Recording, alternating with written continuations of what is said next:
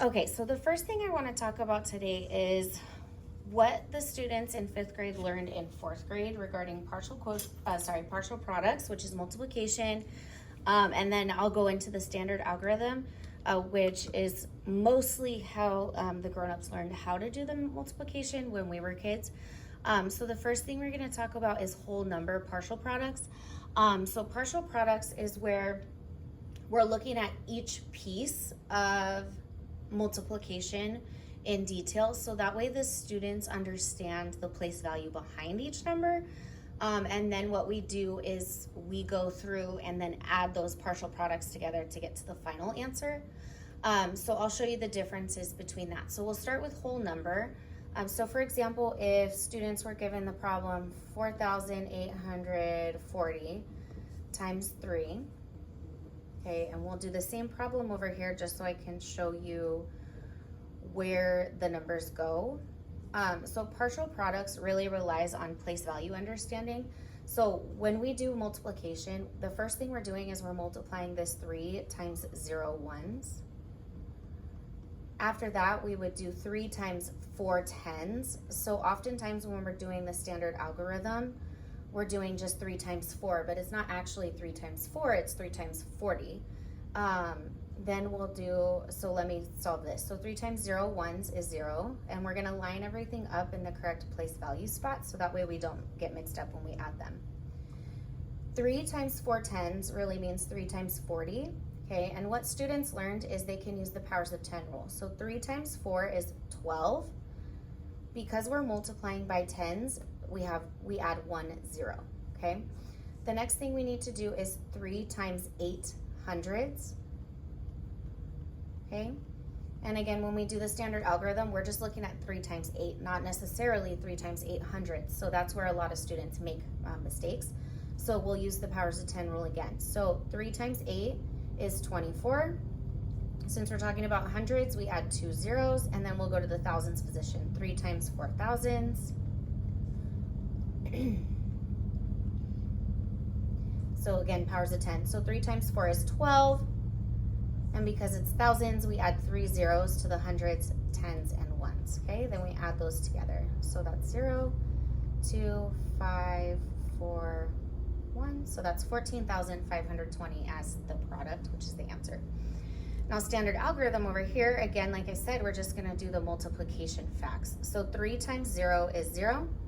3 times 4 is 12. So we're gonna write our 2 and carry our 10. So what we're talking about is 12 tens. 12 tens is actually equal to 120.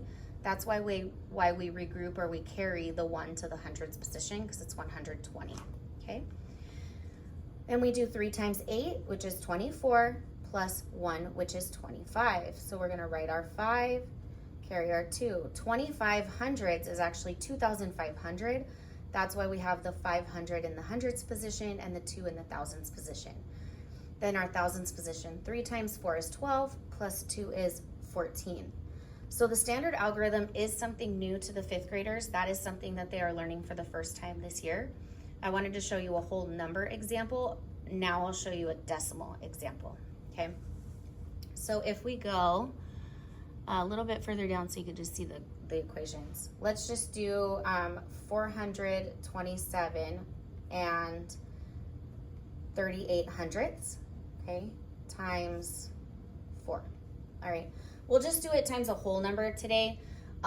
There are 2 ways, so we can use the partial product strategy, and I'm gonna show you also the standard algorithm strategy, just like I did before, okay?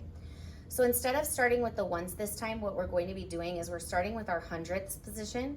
So what we're gonna do is 4 times 8 hundredths. Okay, so that's how we write our decimal as the hundredths position is 8/100 because it's hundredths.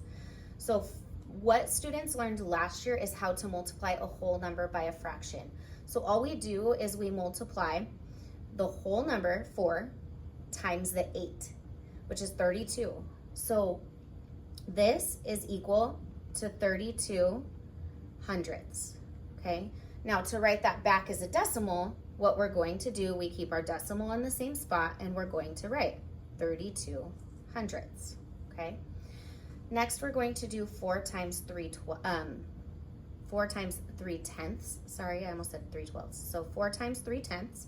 Again, you just multiply the whole number by the numerator, the top only. So that's 12/10. Okay. 12/10 is actually equal to 1 2/10.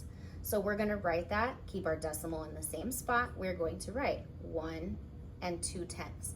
So with partial products, it is really important to make sure you're keeping the numbers in the correct place value positions, because if not, you are going to make big mistakes, okay? Now we're going to go to our whole numbers. So we're going to do 4 times 7 ones, okay? 4 times 7 is 28, and we need to write that in the ones and tens position.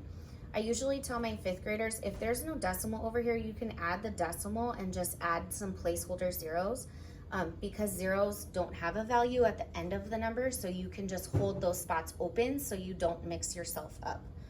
Next, we'll do 4 times 2 tens. So 4 times 2 tens, what we're really doing is 4 times 20. Okay, so 4 times 2 is 8. We're adding a 0, so that would be 80. We're going to add our decimal and our placeholder zeros just so we don't get mixed up. And then 4 times 4 is 16, okay? But remember, we're not doing 4 times 4, we're doing 4 times 400, okay? So down here, we're doing 4 times 400s, okay? Because of the powers of 10 rule, 4 times 4 is 16. Because it's 100 spot, we're adding 2 zeros.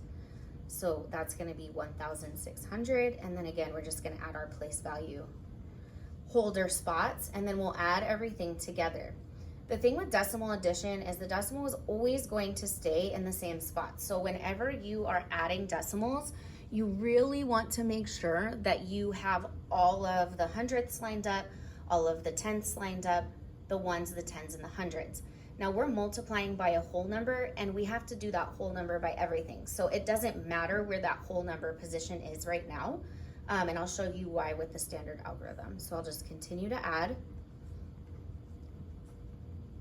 Okay, so the answer should be 1,709 and 22 hundredths, okay? So now let's do the standard algorithm over here for decimal multiplication. Again, it doesn't matter where the whole number, the 4 goes, because you have to multiply it by every position anyway. So the very first thing we're going to do in the standard algorithm of decimal multiplication is we're going to move the decimal to make it a whole number. So now it looks like 42,738, okay? So we move our decimal. Once we're done with our answer, we're going to put the decimal back in. You'll see I wrote a 2 right here, and that's just to remember how many times I moved the decimal out to make it a whole number. What I'm really doing here is I'm multiplying by 100. I'm making it 2 place value positions bigger, okay, or 100 times bigger to make it a whole number, okay, mathematically speaking. So now we'll go through and we'll do our multiplication. 8 times 4 is 32, carry our 3. 4 times 3 is 12, plus 3 is 15. So we write our 5, carry our 1. Okay, 4 times 7, 28, plus 1 is 29, carry it. 4 times 2 is 8, plus 2 is 10. Add that. 4 times 4 is 16, plus 1 is 17, okay? Now, we have 1,70952, okay? Same numbers, but we don't have a decimal here. So what we're going to do is we're going to put this down here, and we're going to move our decimal back to our number, 1 spot, 2 spots, okay? So what our actual product is 1,709 and 52 hundredths. If you are getting confused with moving the decimal, I would recommend you do the partial products, just because it does take longer, but it helps you understand why the numbers are the way that they are because of their place value positions, okay? With decimal multiplication with the standard algorithm, the first thing we do is we move our decimal out to make it that whole number, and that's what we learned in 4th grade, okay? In 5th grade, they learned this standard algorithm strategy, which is how most adults, including myself, learned how to do multiplication. What we found is that students are having trouble. They end up making mistakes with either multiplication, they forget to add what we regrouped, or they add too much or not enough. So there was lots of mathematical mistakes when students were learning the standard algorithm before 5th grade. So before 5th grade, we're really working on place value and understanding what the numbers mean and why they are where they are. And then now we're adding this standard algorithm piece to 5th grade, and then they also can do that for decimal multiplication. In the next video, I'll be talking about decimal division and whole number division. I also want to talk about what the 5th graders learned in 4th grade, because we actually don't do standard algorithm until a 6th grade. That's when it's a standard. And when I say standard algorithm, I'm just talking about long division. So that'll be coming up for you next.